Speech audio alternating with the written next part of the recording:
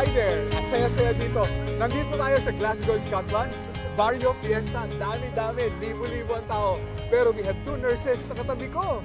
Anong name mo? Geraldine Do. Ikaw? Imelda Ju. Ikaw ngayon, nasubukan mo na ang MXT before. Opo, matagal na. Capsule, yung coffee. Pareho. Nagdadala ka here, ha? Opo. But you want to introduce it kay Ma'am Imelda. Opo. Ma'am Imelda is a nurse. Ngayon, nagwo-work siya pero retired na. Pero here, Nursing home. nursing home. So, yung mga may edad na ang tinaalagaan mo. And we don't want na siyempre magkaroon ng sakit tulad ng mga nandun, ano? And that is why gustong introduce sa'yo yung MX3. At saka wala kang maintenance, right? Opo. So, yan ang maganda sa'yo, yung ating MX3 capsule, 500 mg. Alam mo, you can take it as your vitamin. Di ba nagba-vitamin ka? Yes. Ang kagandahan ng MX3 capsule natin, natural. Okay. At saka, Filipino. Oh, Tama, di ba? Filipino nga. Support the Support Filipino. natin. Yes. Thank you! Thank you, MX3!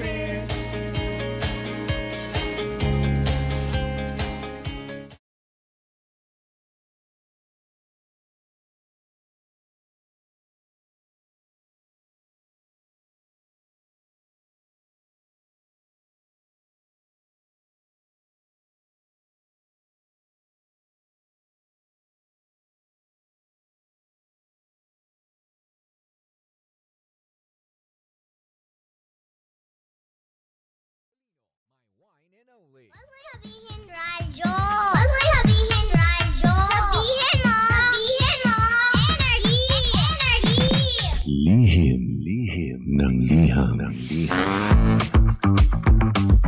Ang pinakamakulit na girlfriend mo sa balat ng radyo. Isang magandang morning sa inyong lahat! Ako pa rin po nag-iisang girlfriend mo sa radio. My name is Lindsay. Makulit pero may puso, handang makinig sa mga kwento mo. Alam mo, feeling ko kailangan mo na siyang iwan kasi it doesn't make sense. Ang kwento sa lihim ng liham. Mahal kong Lindsay. Bakit ganon, no? Kapag matagal na kayong magkasama, marirealize mo na meron din palang tinatagong masamang ugali itong taong mahal ko. Hindi lahat ng taong nagmamahal sa atin puro magaganda lamang ang maaring ipakita sa atin along the way. Minsan, bigla na lang lalabas ang totoong kulay ng taong nandyan sa tabi mo. DJ Lindsay, nasabi ko po ito dahil may problema ako sa asawa ko.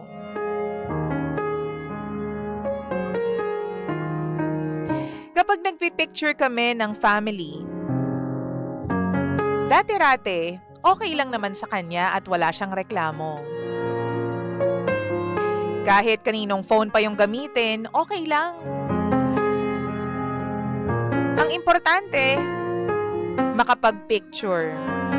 Kahit malabo pa yan, lumang cellphone ang gamit, okay lang.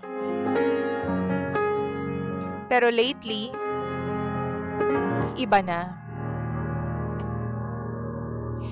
Kapag nagpipicture kami ng family, palagi pong gamit na phone is yung cellphone ko, DJ Lindsay. Kailan lang, sakto, merong bagong binili na phone yung asawa ko. Tapos, mas maganda yung camera. Sabi ko, ayan, buti naman. Kapag kailangan natin mag-picture-picture, yan na lang phone mo yung gagamitin natin. Para kapag in-upload, malinaw. Maganda yung dating.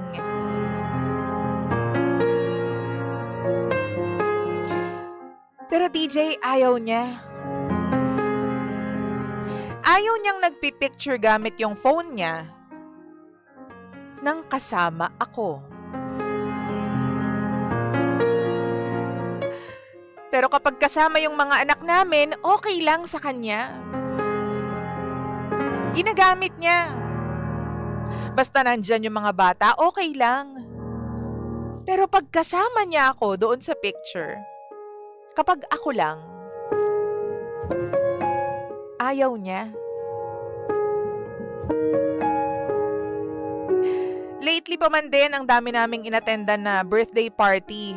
Yung mga anak ng kumpare namin, kumare. Pero hindi ko rin maintindihan. Napapadalas yung paghiwalay niya sa amin ng table. Mas parang laging may ka-text. Yung last time, magkalapit lang naman kami halos. Magkatalikuran lang kami. Tapos meron siyang dating kaibigan niya na palagi niyang kinakausap. Napansin ko na kapag ibang tao yung kausap niya, DJ Lindsay, palagi niyang pinagyayabang yung pictures nilang mag-aama. Pictures ng mga bata. Kasama siya. One time pa nga, narinig ko, may nagtanong, nasan dyan si Mrs.? Tapos ang sagot ng asawa ko, may nakikita ka ba sa mga pictures? Wala naman, 'di ba? Pag wala, wag nang hanapin. Tanong pa ng isa, single ka? Wala kang asawa? Rinig na rinig ko yon, DJ Lindsay, pero hindi pa rin ako umimik. Pag-uwi namin, doon ko kinumpronta yung asawa ko. Sinabi ko sa kanya lahat ng narinig ko.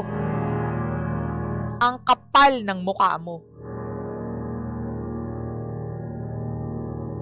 Tapos ang sabi niya sa akin, ikaw naman, kita mo nang nagbibiroan lang yung barkada.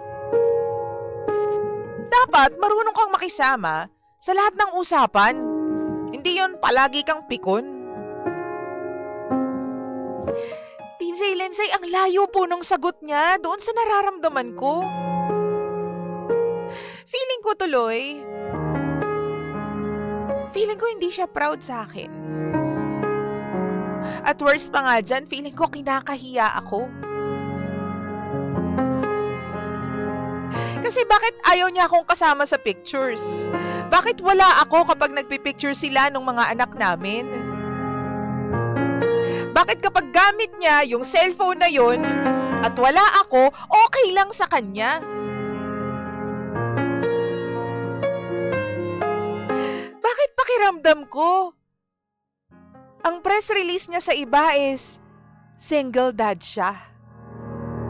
Wala siyang asawa. Kaya nagbubuhay binata siya.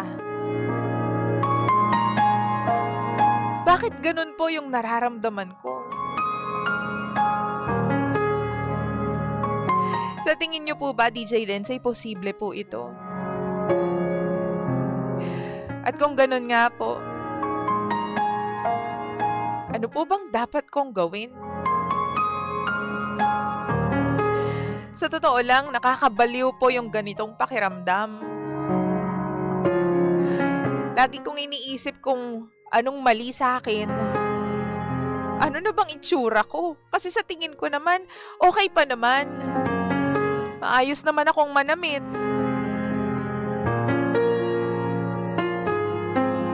Gulong-gulo na po ako, DJ Lindsay. Kaya sana po matulungan ninyo ako.